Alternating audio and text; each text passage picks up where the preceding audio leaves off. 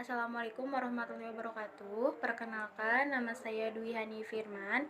Di sini saya akan menjelaskan tentang materi pengujian KAS dengan mata kuliah pemeriksaan akuntansi, teori dan kasus. Nah, untuk slide pertama di sini saya akan menjelaskan tentang pengertian KAS. Menurut standar akuntansi, pengertian KAS yaitu KAS adalah aktiva lancar yang meliputi uang kertas atau uang logam, saldo rekening giro di bank, dan benda-benda lain yang dapat digunakan sebagai media tukar atau alat pembayaran yang sah dan dapat diambil setiap saat. Lalu di sini ada karakteristik KAS. Dalam akuntansi, KAS itu merupakan aktiva yang sifatnya paling liquid karena sering mengalami mutasi. KAS memiliki karakteristik tertentu yang membedakan dengan aset lain dalam perusahaan itu sendiri. Lalu di sini saya akan menjelaskan ada 3 ya karakteristik KAS. Yang pertama itu KAS merupakan aset perusahaan yang sifatnya paling liquid. Nah, yang kedua itu KAS dapat digunakan sebagai basis perhitungan dan pengukuran. Yang ketiga, KAS dapat digunakan sebagai standar pertukaran yang paling umum. Dalam KAS juga ada jenis-jenisnya. Yang pertama petty cash atau KAS kecil. Nah, petty cash itu sendiri adalah KAS kecil yang ada di dalam perusahaan. Setiap perusahaan itu pasti mempunyai KAS kecil. Gunanya untuk apa? Untuk pengeluaran-pengeluaran yang relatif sangat kecil. Misalkan dalam perusahaan itu ingin membeli pulpen, ballpoint atau kertas HVS atau yang harganya itu mungkin di bawah 500.000, itu pasti menggunakan kas kecil atau petty cash. Biasanya di dalam perusahaan itu ada nominal yang udah ditentukan sendiri oleh perusahaan.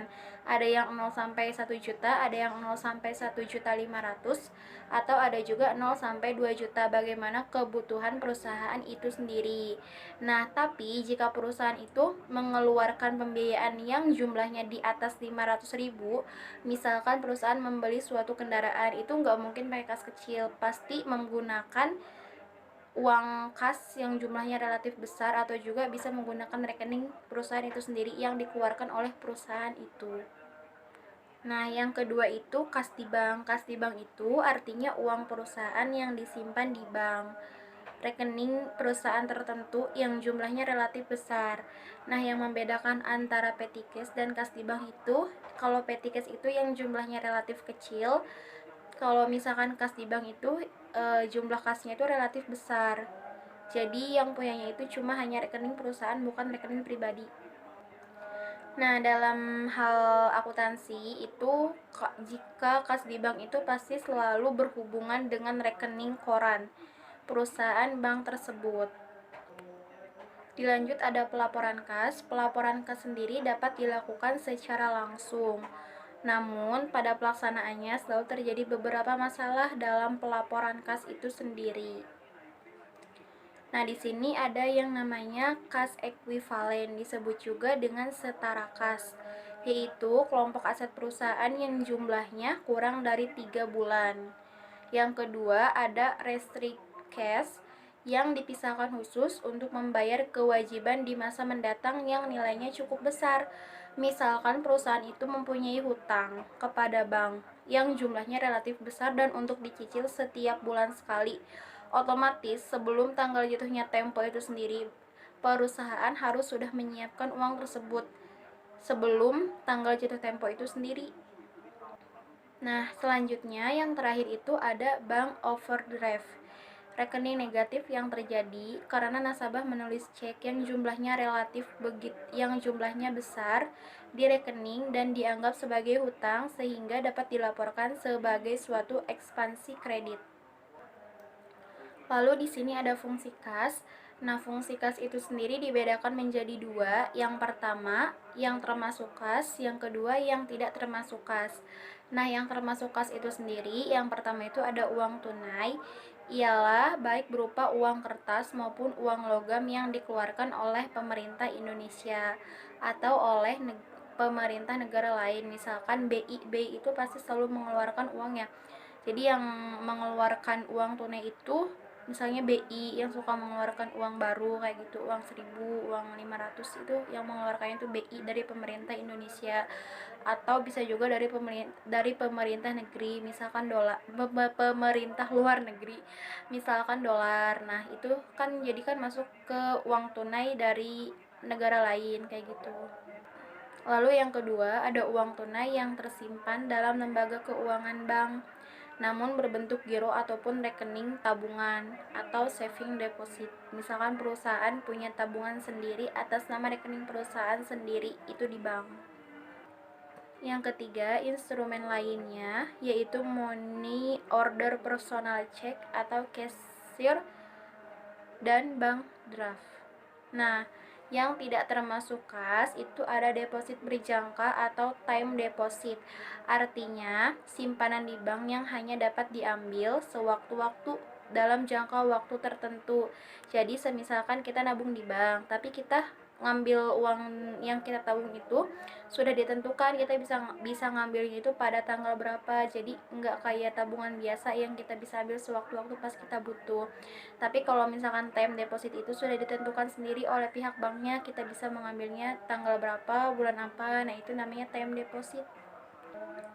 Nah, yang kedua, yang tidak termasuk kas itu sendiri, ada uang yang disediakan untuk tujuan tertentu. Misalkan untuk tujuan pensiun, dana pensiun karyawan. Itu kan nggak boleh sama sekali diambil oleh perusahaan, karena itu kan untuk hak karyawan. Itu hak karyawan saat pensiun nanti baru bisa dikeluarkan.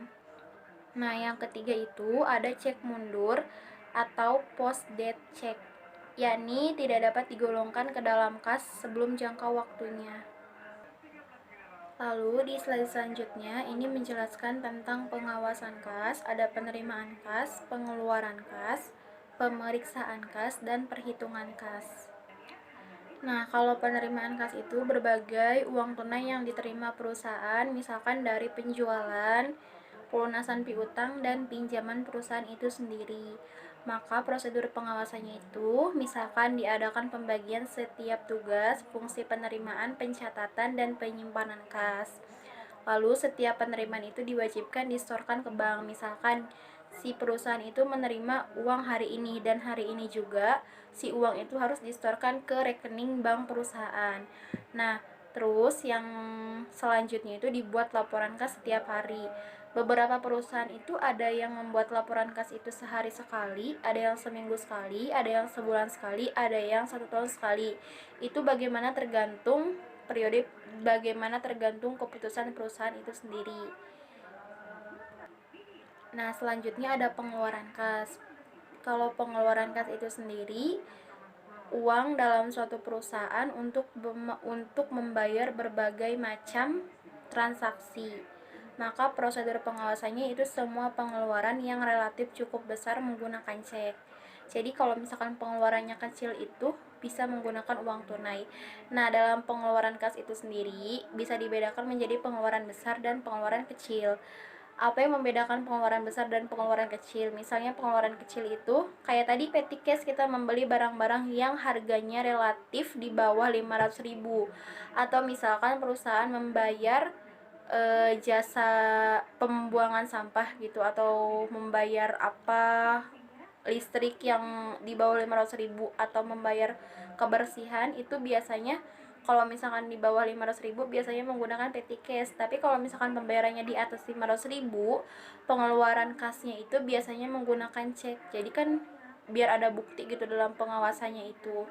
Biasanya yang pengeluaran di atas 500.000 biasanya pembayaran hutang. Jadi perusahaan mempunyai hutang, atau perusahaan itu membeli perlengkapan untuk perusahaan itu sendiri. Itu biasanya menggunakan cek karena jumlahnya relatif besar, bisa di atas 10 juta atau bisa di atas 20 juta. Untuk pengeluaran kas juga, untuk pengawasannya bisa menggunakan laporan setiap hari. Jadi maksudnya dibuat sebuah laporan kas setiap hari itu, apapun transaksi yang terjadi di hari itu harus kita catat di hari itu dan di tanggal yang sama. Misalkan hari ini perusahaan membeli sebuah motor atau membeli sebuah komputer untuk perlengkapan perusahaan. Nah, hari itu juga si bagian keuangan harus mencatat bahwa perusahaan pada tanggal segini hari ini, tahun ini membeli sebuah apa gitu di toko apa, dan si notanya itu harus benar-benar dari toko tersebut dan bukan kita sendiri yang bikin. Jadi benar-benar harus real dari toko itu. Selanjutnya yaitu dokumen yang terkait dalam kas. Ada digunakan dalam pengeluaran kas dengan cek, lalu yang tidak termasuk kas. Yang pertama, bukti kas keluar. Yang kedua ada cek, yang ketiga ada permintaan kas. Terus selanjutnya itu ada bukti kas keluar, bisa juga dengan cek, permintaan pengeluaran kas, bukti pengeluaran kas kecil, permintaan pengisian kembali kas kecil. Nah, di sini ada penjelasan sistem akuntansi pengeluaran kas. Pengeluaran kas itu sendiri adalah kejadian yang berkaitan dengan pendistribusian barang atau jasa ke entitas-entitas lain yang mengumpulkan pembayaran-pembayaran itu menurut Mujilan 2012-45. Lalu, pengeluaran kas di dalam perusahaan yang jumlahnya lumayan besar menggunakan cek, dan pengeluaran kas yang jumlahnya relatif kecil tidak menggunakan cek melainkan menggunakan dana kas kecil, itu menurut Mulyadi. Di sini ada 4 aktivitas dasar siklus pengeluaran. Yang pertama, memesan bahan baku, perlengkapan, dan jasa. Yang kedua, menerima bahan baku, perlengkapan, dan jasa. Yang ketiga, menyetujui faktur pemasok. Yang keempat, pengeluaran kas. Nah, ini itu contoh aktivitas dasar siklus pengeluaran di dalam perusahaan. Yang pertama, kita memesan bahan baku. Yang kedua, kita menerima bahan baku. Dan yang ketiga itu kita menyetujui faktur dari pemasok. Artinya, si nota dari pemasok itu kita setujui untuk kita bayar. Lalu yang terakhir, kita mengeluarkan kas untuk membayar bahan baku tersebut. Selanjutnya, yaitu sistem pengendalian internal. Suatu proses yang dilaksanakan oleh direktur, manajemen, dan personel lainnya dalam suatu kesatuan bisnis yang dirancang untuk memberikan kepercayaan terkait dengan usaha pencapaian tujuan. Lalu, menurut Romney, sebuah proses dan prosedur yang dijalankan untuk menyediakan jaminan memadai bahwa tujuan pengendalian telah dipenuhi. Lalu di sini ada 6 tujuan pengendalian intern. Yang pertama itu mengamankan aset agar terhindar dari kecurangan. Yang kedua itu mengelola catatan dengan detail yang baik untuk melaporkan aset perusahaan secara wajar dan akurat. Yang ketiga itu memberikan informasi yang akurat dan reliable. Yang keempat, menyiapkan laporan keuangan yang sesuai dengan kriteria yang diterapkan. Yang kelima, mendorong dan memperbaiki efisiensi perusahaan. Dan yang terakhir itu mendorong ketaatan terhadap kebijakan manajerial yang telah ditentukan. Nah, di slide selanjutnya itu ada studi kasus pembahasan tentang informasi atas tambahan rekening. Nah, di sini soalnya itu kas yang ada di PT Seroja pada tanggal 31 Desember 2011 terdiri dari petty cash atau kas kecil, dan saldo rekening giro pada beberapa bank di Jakarta dan Surabaya untuk mendukung hasil audit yang Anda lakukan terhadap rekening kas dan bank perusahaan. Lalu, cash of name dilakukan oleh auditor di hadapan Rina atau kasir PT Seroja. Cash of name itu bisa juga sebagai kalau misalkan dalam bahasa sehari-hari itu pemeriksaan kas, itu namanya cash of name. Berikut ini adalah hasil perhitungan kas yang dilakukan oleh auditor Capinco. Nah, di sini ada ya petty cash-nya itu uang kasnya 50-nya berapa lembar, 20-nya berapa lembar, 10-nya berapa lembar, 5.000-nya itu berapa lembar, dan uang logamnya juga. Biasanya di dalam petty cash itu suka dibedain antara uang kertas dan uang logam itu sendiri. Nah, di sini ada keterangan cash in bank atau uang kas yang ada di bank. Check and whistle post harus disetor. Ada cek mundur senilai 53.000, pengeluaran kas yang belum direimburse atau diganti 580.000, uang muka pegawai atau bon sementara 150.000. Lalu ada keterangan rekening kas per buku 235.000. Nah, Pengeluaran kas yang belum dirembes itu artinya si karyawan itu udah mengeluarkan nota, tapi sama si kasirnya itu belum dikeluarin uangnya, tapi notanya udah dia terima kayak gitu. Nah, lalu di sini ada jawaban BA atau berita acara Case of Name per 31 Desember 2011 dan jurnal penyesuaiannya. Di sini udah ada ya jawabannya. Jadi keterangannya itu 50.000-nya ada satu lembar berapa. Terus udah di total saldo per audit atau saldo seluruh uangnya itu ada 225.000 dan saldo per bukunya itu ada 235.000. Nah, kalau misalkan yang jadi pertanyaan, saldo per buku itu 235.000 itu dapat dari mana? Nah, bisa dilihat di slide sebelumnya itu ada ya keterangannya rekening kas per buku C-1 235.000. Terus saldo per audit itu dikurangi dengan saldo per buku, uangnya ada berapa, dikurangi dengan pengeluaran. Ternyata di sini terdapat selisih 10.000, artinya uangnya itu kelebihan 10.000. Nah, gimana sih caranya biar uangnya itu bisa balance sama pengeluaran atau laporannya itu bisa diterima oleh atasan? Nah, di sini kita harus membuat jurnal penyesuaian. Nah, di sini kan ada keterangannya. Terdapat selisih sebesar 10.000 yang tidak diketahui sebabnya, dan karena jumlahnya imaterial atau tidak kita ketahui, maka kita abaikan. Tapi tetap kita harus pakai jurnal penyesuaian. Jadi biar atasan tuh tahu kekurangannya di mana, kenapa bisa lebih kayak gitu. Jadi biar nggak jadi pertanyaan itu sendiri. Nah, di sini dibuat jurnal penyesuaian itu akunnya itu ada kas kecil pada pendapatan senilai 10.000. Keterangannya C atau cross calculation atau kalkulator cross kayak gitu. Nah, untuk kesimpulan dari materi yang tadi saya jelaskan itu, kas dan setara kas merupakan salah satu aset strategis yang dimiliki sebuah perusahaan dan dalam menjalankan kegiatan bisnisnya.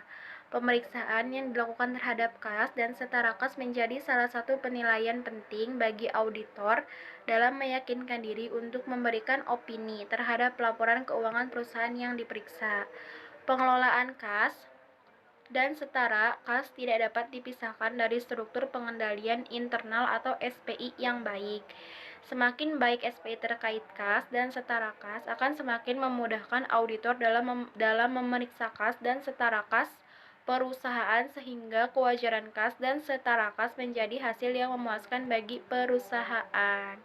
Nah, sekian presentasi yang saya jelaskan. Kurang lebihnya saya mohon maaf apabila terlalu cepat saya berbicara.